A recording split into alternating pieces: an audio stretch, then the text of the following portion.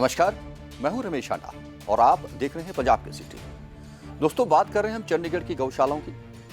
मक्खन माजरा और रायपुर कला में भी एक बहुत बड़ी गौशाला है जिसका हाल ही में कुछ 2 वर्ष पहले ही उद्घाटन हुआ था और यहाँ पशुओं के संस्कार के लिए अलग से एक केंद्र भी बनाया गया है जहाँ मरे हुए पशुओं का उसी समय संस्कार कर दिया जाता है। अब मक्खन माजरा रायपुर कला की जो गौशाला है उसमें पिछले 4 दिन में 2 गौओं की मौत हो गई।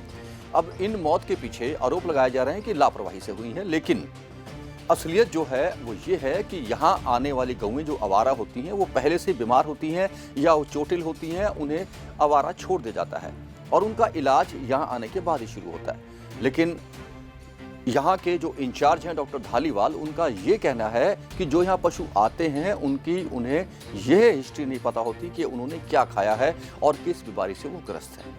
अभी जो गौ मरी है वो पॉलीथीन कैरी बैग जो है वो खाने से मरी है, जिसके पेट में काफ़ी मात्रा में पॉलीथीन कैरी बैग थे। डॉक्टर धालीवाल का कहना है कि उसके ऑर्गन फेलियर हो चुके थे, वो काफ़ी कमज़ोर थी क्योंकि खुराक नहीं ले रही थी, पेट में उसके जो पॉलीथीन था वो काफ़ी मात्रा में था जिस करके उसकी मौत हुई है। और अब डॉक्टर धालीवाल ने ये कहा है कि भविष्य में ये गौएं जो आवारा होती हैं वो कूड़ा करकट ना खाएं शहर का, उसके लिए उन्होंने रात को एक अभियान छेड़ दिया है। 4 गाड़ियां इस अभियान में लगी हुई हैं, पुलिस की मदद भी ली जा रही है और एक बार पूरे शहर से इन आवारा पशुओं का सफाया कर दिया जाएगा। उन्होंने कहा कि गौ पालकों से, पशु जो पालक हैं उनसे और डेयरी संचालकों से भी अब किसी भी तरह की नरमी नहीं बरती जाएगी। हमने इस संबंध में डॉक्टर धालीवाल से खास बातचीत की। डॉक्टर धालीवाल जी सर। सर, मैं रमेश आंडा बोल रहा हूँ पंजाब केसरी टीवी से।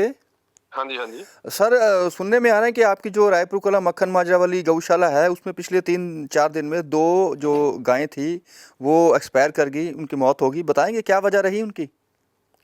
सर, जो गाय नेचुरली यहाँ पे आती है ना गौशाला में जी, वो ऑलरेडी किसी न किसी बीमारी से या किसी चोट से ग्रस्त होती हैं, इसीलिए स्टे एनिमल है।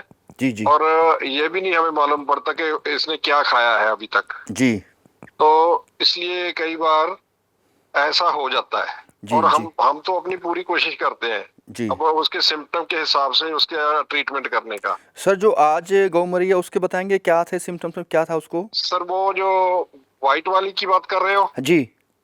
जो व्हाइट वाली थी वो एक तो वो जानवर था, उसको माल न्यूट्रिशन बोलते हैं हमारे। वो कमजोर, पहले ही कमजोर थी जी, और उसने पॉलीथीन वगैरह खा रखे थे जी पेट में, और काफी कोशिश करने के बाद भी वो हम उसको बचा नहीं पाए। तो ऐसा कई बार हमारे पास क्रिटिकली एनिमल जो आ जाते हैं जी, तो कई बार सरवाइव करना मुश्किल हो जाता है। डॉक्टर साहब, कोई इस तरह का आप अभियान भी छेड़ने जा रहे हैं कि ये जो पशु रात को छोड़े जाते हैं, कूड़ा खाते हैं, इनको रोकने के लिए सर कुछ कर रहे हैं आप?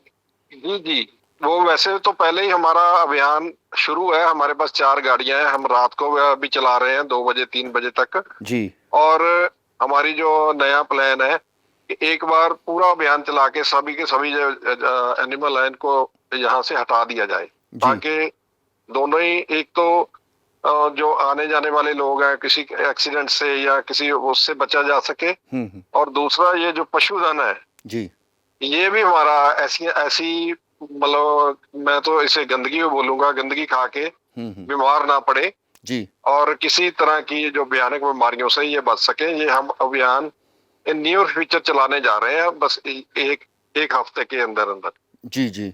और डॉक्टर साहब, ये कहा जा रहा है कि वहाँ जो नियम है उनकी पालना नहीं हो रही गौशाला में, कुछ इस तरह का भी है कि हाई कोर्ट में भी केस गया है जी?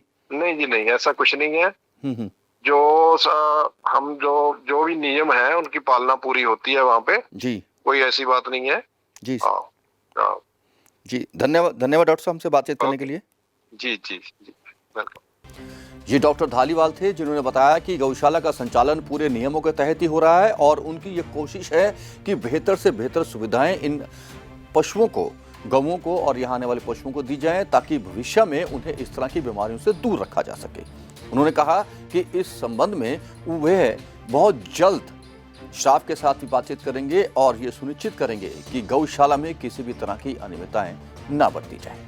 हमने आपको पहले दिखाया था कि किस तरह शहर में रात को आवारा पशु कूड़ा खाते हैं, कूड़ा करकट खाते हैं और वही पशुपालक सुबह दूध निकालकर वही दूध सप्लाई करते हैं, जिससे इंसानों में भी बीमारियों की जो शंका है वो बनी रहती है। इसलिए हमारा निवेदन है पशुपालकों से कि वो रात को पशु छोड़ते भी हैं, वैसे तो छोड़ने नहीं चाहिए, अगर छोड़ते भी हैं तो ये ध्यान रखें कि वो कूड़ा करकट ना खाएं, कैरी बैग ना खाएं, वरना उनके पशुओं का भी वही हाल होगा जो इस गौशाला में एक पशु का हुआ है, एक गाय का हुआ है। आसपास की खबरों, सूचनाओं और समाचारों के लिए आप बने रहे जगबानी, पंजाब केसरी और नवोदय टाइम्स टीवी के साथ। हम फिर हाजिर होंगे नई और ताजा खबरों के साथ। तब तक के लिए रमेश हांडा को दीजिए इजाजत।